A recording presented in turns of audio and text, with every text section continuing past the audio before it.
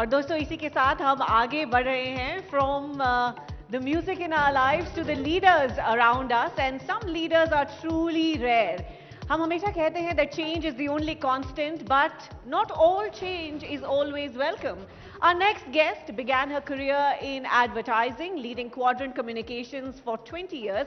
Her contributions to the India-Finland business ties earned her a knighthood from the Finnish government, and she has played a key role in Indo-Japanese collaborations as well. Following the sudden demise of her husband, Sri Vikram Kirloskar, in 2022, she ensured a seamless transition across multiple global ventures, stepping into key leadership roles. She serves on the CII National Council, co-chairs the CII India-Japan Business Council, and champions green mobility initiatives. At the very forefront of the Kirloskar legacy today is Geetanjali Vikram Kirloskar. Let's hear a huge round of applause for her, the chairperson and MD of Kirloskar Systems Private Limited, a leader who has so skillfully navigated shifting landscapes while ensuring that tradition and transformation go hand in hand. We are so delighted to have you with us, ma'am. Can I request you to kindly join us on the stage, and I request Mr. Veer Sanghvi also to please come to the stage to chair this session that we have all been looking forward to. A louder round of applause for our esteemed guest. Thank you for your time, ma'am. And it's over to Mr. Sanghvi.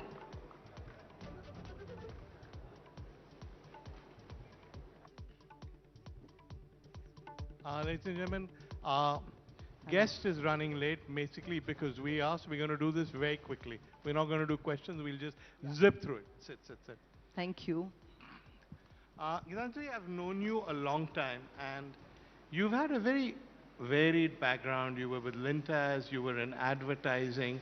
The last thing I thought I would see you as is this big business tycoon.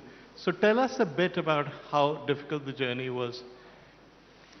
Yes, first of all, thank you very much to the ABP Summit and to the leadership of the ABP Group for inviting me here today and to attempt to share my transformative journey, both before the crisis that struck me rather suddenly from the cold and after this crisis in the last 2 years. It's also a great delight to be in dialogue with none other than Veer Sanghvi, not only because in the media and in the journalistic field, he is an icon with enormous expertise and experience, but also because I've known him. And that makes a huge For a difference. long time. For a very long time. I knew his family, I knew his son very well. So that puts me greatly at ease. And that's one thing about leadership. You can succeed if you have an enabling environment. So hopefully I'll do okay today. And thank you very much to the audience for being here. Now quickly, my journey was not just advertising and communication. In fact, I left advertising and communication in the year 2010 almost. After that, I joined my late husband, Mr. Vikram Kirloskar, in the family company, Kirloskar Systems Private Limited. Now, many of you would know that Vikram was credited with bringing Toyota into India. What you might not know is it is not just cars, but we set up more than 6 joint ventures with this group from almost 30 years ago. And the first company we set up was Toyota Textile Machinery, Kirloskar Toyota Textile Machinery, and Toyota Worldwide also started with textile machinery. That was the journey for Vikram in the last 30 years. I joined him in that journey approximately in the year 2010 when I left advertising. I thought, because we underwent a family split in the Kirloskar family, and it was a good time for me to step in and support my late husband in his business. And it was important for me to do it. So that was the first step out. Since then, I independently worked not only supporting him from the back where required, but also on 2 Japanese joint ventures myself. One was a 300-bed tertiary care hospital in Bangalore called Sakra World Hospital, India's very first India-Japan partnership joint venture between my Kirloskar Systems and Secom and Toyota Susho, Japan. Second, I set up Toyota Susho Insurance Brokerage, again a joint venture with Kirloskar Systems. And then I worked with Vikram on many platforms in his joint ventures with Japan. So that was really, now you want me to speak again I after? wanted to ask you a bit about you've done many things, but one of them is you've been a great ambassador for India-Japan friendship as well. So I wanted to ask you a bit about that, because for many of us, Japan is a country we admire, but is somewhat impenetrable. We can't get through because of language, etc. But you've done so much to bridge that gap, right? I think and that's why it was important for me to explain a little bit of the journey prior to getting on to this. But yes, one of the reasons why both Vikram and I understood Japan well is because we had 30 years of successful partnership experience, and there was a lot of learning. And that social and professional equity, I thought now it's time, over the last few years, intensified in fact after Vikram, to be able to contribute to the India-Japan platform by providing Indian businesses with a deeper understanding of the Japanese way and work culture. Because as Veer, as you rightly said, it is very difficult to penetrate. Yeah. Because, you know, whilst there are synergies between the two, Yeah. there are also very severe contradictions. And one of them is, they wouldn't understand if something isn't absolutely on time. You know, the interesting thing about Japan, and I learned that very recently, surprisingly, all the clocks across the country are exactly the same at the same time. Yeah. And Shinkansen, in the train, railway stations, in the boardroom, in one of the political offices, at an art gallery, it's not at the same time. So when they first came here, they were a little puzzled, because when they said 10 past 3, we have a meeting in the government or with a trade forum, 10 past 3, my watch would show about 8 past 3. When we reached there, it was 3:12, their driver was 3:15, somebody else was 2 something. So, you know, it's very minor differences which probably can cause some discomfort. So, I want to fast forward slightly, though I know this is a difficult thing to talk about. Your husband was in the prime of his life. His business was growing. He'd done so much for Japan-India relations. All of us thought he was going to become an even bigger titan of industry when tragedy struck. So tell us a bit about that. yes, it was something that I've learned to speak about, because being in advertising and communication, you obviously do better when you communicate, you feel better. So thank you, I will share this with you. In the year 2022, on 29th November, we got up and I found him heaving, breathless, and finished. He collapsed. And even before I could get ready and put him in the car to take him to the hospital, I realized it's all over, but the human mind doesn't accept it. And then you need to obviously consult medicine and medical care. And they proclaimed him, they said he's passed away, but we'll put him on a ventilator, you can call everyone. And I was absolutely alone. And you know, it's not that you and I are not used to loss. Each one of us will suffer, has suffered loss in some way. The problem with this was the suddenness of it. So when a blow hits you very suddenly, the impact is not only harder, but the unpreparedness sometimes takes away from your emotional and intellectual ability to deal with it, right? So that was really the worst part of it.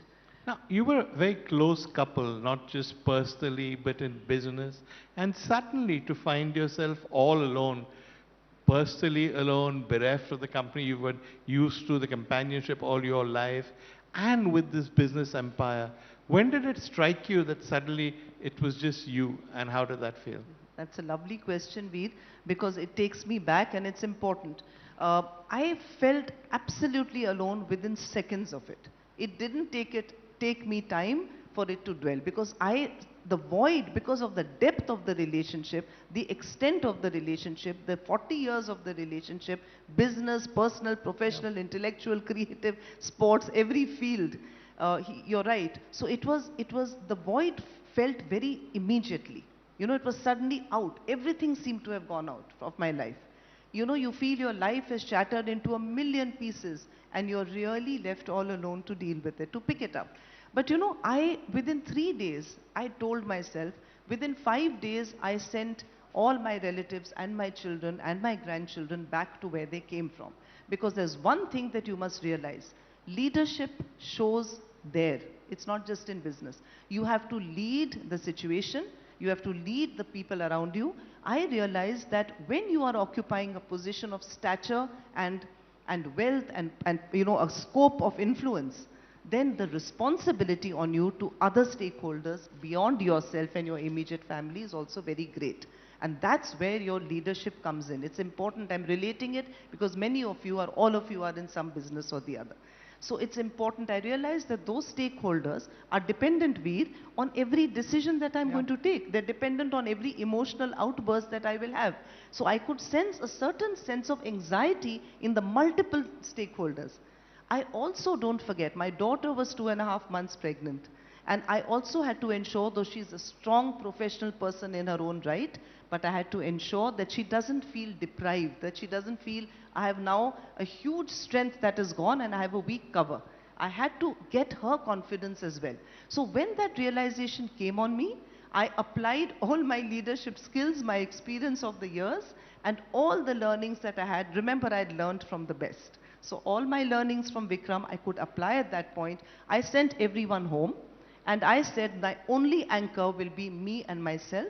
I will now rely on my own experience, my own mental strength, and garner myself and rise to the occasion and take charge. So the first thing I had to do was all the paperwork. You know, this happened end of November, and all the board meetings were scheduled, 7 joint ventures, middle of December. I did not want to lose time. I wanted to ensure that we came onto the boards, that my daughter was nominated on our joint venture partnership boards. I visited each and every factory, 7 in Bangalore, 2 in Delhi, and I met all our Japanese partners right up to Japan, Nagoya, and in Bangalore, though they were very, very kind. They were not expecting it. They wanted to give us time, but I went and met them only to assure them that we are there, Manasi and I are there, and we will carry forward Vikram's legacy on the same ethics, same shared values, and the same unity of purpose. So that leadership you have to demonstrate when you're hit with an overwhelming personal crisis as well.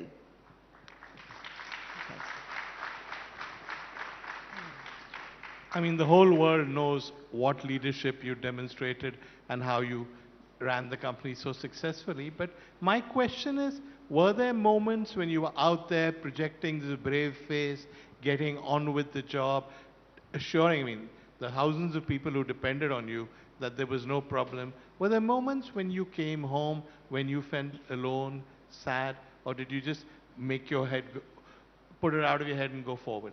Veer, I learned that grief is not linear. It comes in waves and at the most unexpected moments, number one. Second, grief takes you to the depths of sadness like you wouldn't believe it. And the suddenness, as I said, was what impacted. All his medical tests 45 days before were better than you and me right now. So that was very hard, and with all the front that I put up, you know what happened, Veer? I almost developed a split personality.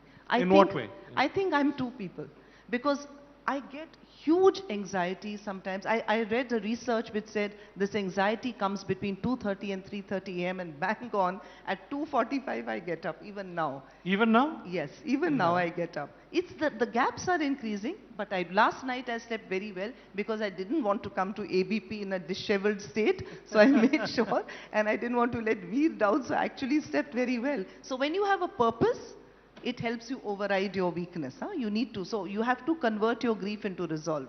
But I still go through a lot of self-doubt. You know, even before I enter a CII National Council meeting where I replaced Vikram, there is a sense of fear. Will I project properly? Because don't forget, there's no one watching over you now. You're all by yourself. And people and relatives can help you, but they can't live your life for you. That you have to do yourself. So there is a lot of self-doubt, lot of anxiety, lot of palpitation, lot of fear, all the time, especially in the middle of the night. You hide it very well, huh? I wouldn't have thought so. You don't look at all. I've also done a lot of acting, so I guess. Okay. What were the learnings? Because God forbid anybody was put in the situation that you are, but you were put in this terrible, sudden situation with huge responsibilities on your head and your shoulders, and you coped so magnificently. So for anybody else who's ever in that kind of adverse situation, what are the learnings? What's your advice? Interestingly, the learnings in coping with a massive crisis in your personal life are rather similar to the learnings that you would have and the way you have to apply yourself in a work situation. A crisis is a crisis. The suddenness of a crisis is the suddenness of a crisis. So crisis has a kind of a transformative impact on you. And it also has an impact on the ecosystem around you because you're coping and dealing in place of someone else, right? So the biggest learning is you have to take hold of yourself, you have to step back, you have to structure your mind, because remember, in a crisis, whether at work or home, your mind goes in 100 directions. You need to pull it together, you need to focus, you need to transform your grief into resolve, and very importantly, define your objective and the purpose. You know, your biggest anchor in a crisis is your purpose. The minute you're purposeless, the minute you feel you're floating and you're unable to focus, you will not be able to cope or come with the right solutions. And whatever decisions you take will be overwhelmed by a very high level of emotional instability, which will impact not only you personally, but your business and your ecosystem around you. So that is very, my purpose was very clear, that I had to carry forward the legacy that Vikram has, and in the later years with me and Mansi, brought it to a certain level. So I wanted to commit myself to not only maintaining it, but I also want to grow it to the next level. And I know that that's what he would have wanted for us. Many people in Indian business, and this is regrettable but sadly is true, are not equipped or designed or built in a way that they take women as seriously as they take men. Was that a problem for you? I'll tell you, it was not just the woman. If it were a sister or a daughter, it would have been easily accepted, Veer. When a wife steps in, wife being woman and wife, for some reason, it's not that, you see, in my position, please remember, I'm very fortunate that my husband created a standard of environment wherein he left me not unprotected. You see, the scale of what we control prevents individuals or forums to upfront come and differentiate or discriminate. So overt discrimination I will never face. And I'm lucky, and for that it's my husband I give credit to.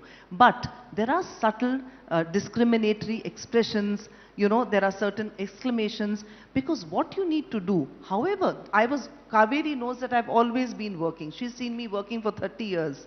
So it's not a bedroom to boardroom walk for me, I was already there. And I was also working on the Japanese joint venture, so I was not new to them either. But the problem is, Vikram was leading. And he was brilliant. He was an MIT engineer, absolutely brilliant. So you're coming in from behind. People have seen you, they've complimented you, but you're leading, and I'm not certainly nowhere close to being as competent as he was. Absolutely, and I'm not saying this to appear humble or for the optics. I'm not. Those who worked with me will say it. But what I found, you have to build confidence. I never took anyone's loyalty or support for granted, Veer. I did not say society should be progressive. I said, forget about what it should be.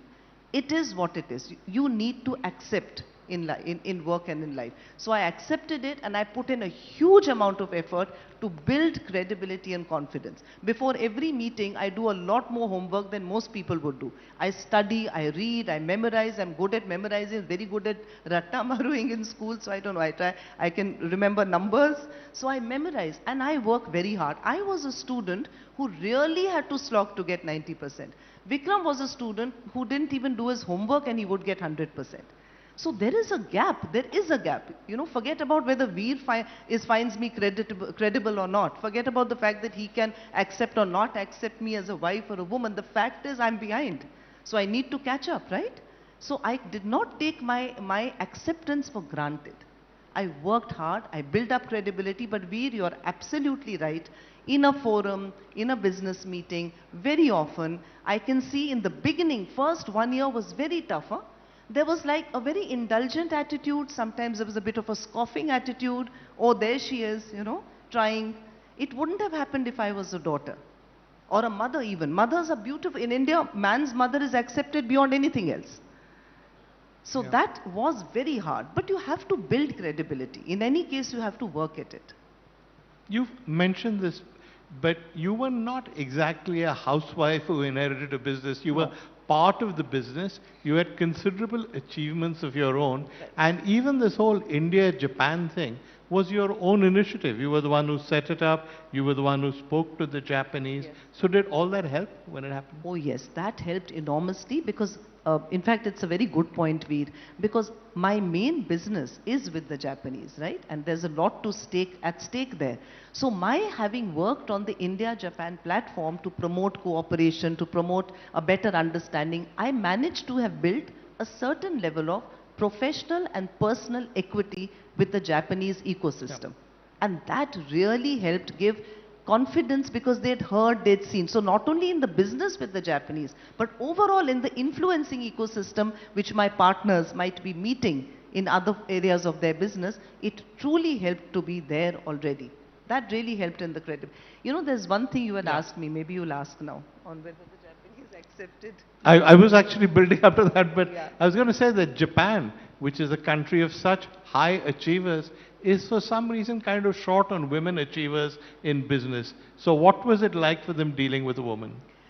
Now this is very interesting because you'll be very surprised to know that not for a single moment did I feel any sense of discrimination or a lack of acceptance even for a moment, not only with my Japanese partners, but across the multiple Japanese platforms that I occupy. Not with the Exchange Trade Organization, not with the embassy, not with the Japanese government, not with the other Japanese MSMEs that I work hard with JETRO to bring into India, etc. It was not at all difficult, and I'll tell you why. It's nothing to do with their culture or accepting women or other. Once they repose faith in you, once they trust you, Japanese building trust is the most critical. Like we said, there was already a journey with them, right? Yep. Once they trust you, it is their sense of self-discipline, no bearing of the socio-cultural, historical angle to it. It is their system or process that they will automatically accept you. Doesn't matter who you are. Man, woman or in between, they will accept you. You know, it doesn't, gender doesn't matter then. It's because of their own internal sense of discipline. It's trust and confidence overtakes gender. So they don't allow that gender to come in. That is it. I actually faced a little more sometimes, not always. Like I said, 90% there was not much of a problem. But I did feel a little bit of it more with the local community. Really? Much more with the local. Much more. Not even for a moment with the Japanese. On any platform. On any of the India-Japan platforms. Yeah. Our time ended a little while ago, but I'm keeping going because this is so interesting. I think people here don't necessarily realize the scale of the businesses you run. How many employees, turnover, Yeah, companies? you know, I mean, there are about 30-40,000 employees. There are How 7 many? joint. You know, ours is a private 30-40. 30-40,000. Ours is a private group, so it's not very easy to share finance. But I can tell you there are 7 large joint ventures. My daughter now has been nominated on the boards, and she actually actively participates in the operations. I'm a partner company, so I work more on partnership platforms with the joint ventures. But they're very large, and really the Japanese operationally run it, so that is really their responsibility. But the level of decisions that I have to sometimes take, the level of contribution or value addition that I have to make is for a very, very large scale, because the impact would be on a very large scale. And that is what sometimes gives me the anxiety that it does. Because there are 7 joint ventures with the Japanese, there are many more that we are working on. We don't want to stop. They will have more requirements for different business verticals to come into India, and all of those verticals may start small, but eventually the footprint is for huge scale. It would be multi-thousand crore businesses in the future. So you really have to work at it, and you have to have your mind focus on it. You can't allow your grief to intervene with your purpose. You know, 20 years ago, when I first knew you, you struck me as being the kind of person who never gave up, who never said die, who never thought anything was impossible. It was sometimes difficult to make that out at first because you were good looking, charming, well dressed, but there was always a sort of steely determination to you. Do you think that helped? Yes, Veer, that absolutely helped. I don't know about the looks helping, but hopefully... No, I didn't mean that. I meant the steely determination. No, I just had to lighten it because, you know, otherwise my story should not be such a sob story either. So, no. Yes, I think that helped. You know, I was in a boarding school called Lawrence School, Sanar, and our motto was never given. And that was our song. Never give in is my motto. So I think it ingrained very early. It's also the individual that you are, right? It's the way you're brought up. It's also the way you individually think, what you go through in your life. Maybe it's God's way of preparing you. I don't know. Maybe it's God's way of preparing you for a later episode in your life. So I think I was really from the beginning like that. Though, as I said, the suddenness of an episode or a crisis does have a transformative impact on you, and you do change. You are not the same person after. This will also happen to you in your business. If you're doing a huge change in your business, you're struck by a crisis or a calamity and you have to resolve it, then you have to have all your leadership skills right up front with all your experience, sense of purpose that overrides the loss and the grief. A final question, though we are long over our time. Are there times when you still feel lonely, still feel that you're all alone? You know, I must say that it's the big fat Indian family that came to the rescue. I have like 150 relatives, and I told them, I said, "Oh, you please keep coming." So you won't believe this, but in 2 years, I've been alone at home for a total of about 40 days. And so the older aunt, and they're all very educated women. They're very strong women in my family. They're highly educated. Most are I don't come from a business background, Veer. I come from a professional background. They're lawyers, they're diplomats, they're bureaucrats. And the next generation is also more or less now in business. But it was very nice for me because they would come and hang around at home for weeks at a time, including right now as we speak. And when I need, in the evening after work, they would mentor me, they would support me, and they're very strong. Many of those women, my uncles, have passed away, and they're living alone for 30 years, some on remote farms. And they manage everything. They drive themselves, they grocery themselves. Of course, they all said it happened to you too young. So they said yours is a very different situation. You have a lot more to deal with. But they were all there. So that kind of loneliness, in fact, now I look forward to my time alone. So when I travel now, I don't stay with family. I stay in a hotel because I like my time alone. It's not the lonely feeling, Veer. But what you feel scared. You feel even now? Scared. Yes, even now. Even I now? slept well last night because of Veer and ABP, but I was scared. I said, I have to be at my best. But even now, you do feel scared. I get a lot of palpitation.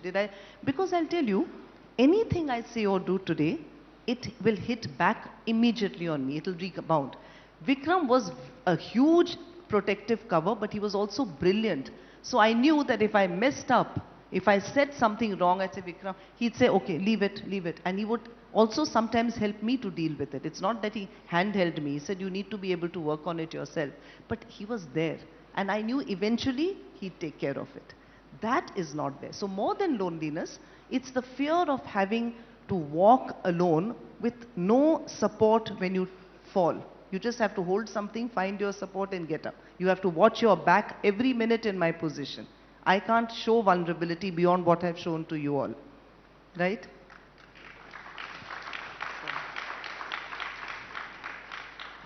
That is such an inspiring story, Geetanjali. Thank you so much for sharing it. Thank Ladies and gentlemen, Geetanjali Kirloskar. Can I quickly give you a nice quote since I do Yeah. so much Japan? I think it's Haruki Murakami-san who said beautifully, he's actually summed it all up. He said that when you come out of a storm, you will not remember what you went through or how you even survived it.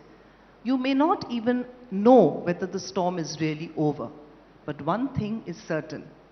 When you come out of a storm, you are not the same person who went into the storm.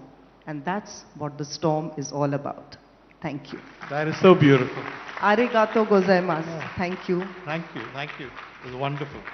Wonderful note to end this session on. Thank you so much, ma'am, for being here, sharing your story, being vulnerable with us. You leave us inspired, and we applaud you for your grace, for your strength, and for your leadership. Ladies and gentlemen, a huge round of applause for Mrs. Geetanjali Kirloskar. Can I please request Rupali Fernandez, Chief Revenue Officer, ABP Network, to join us on stage, as well as Jogesh Bhutani ji, MD and CEO of Alliance Nexus. Kindly join us on stage as we present a token of our appreciation to our honorable guest. Rupali, why don't you come on stage and do the honors?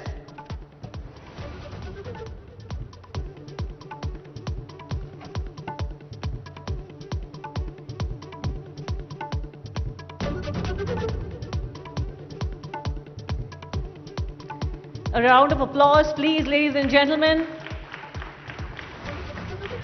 An inspiring leader, an inspiring individual who's shared so much with us today. Thank you.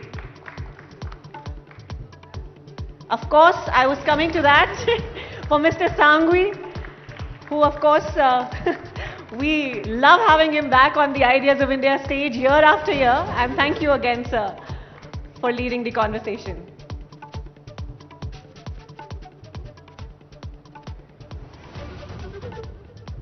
बहुत बहुत धन्यवाद. Thank you. And ladies and gentlemen, we move on now from an inspiring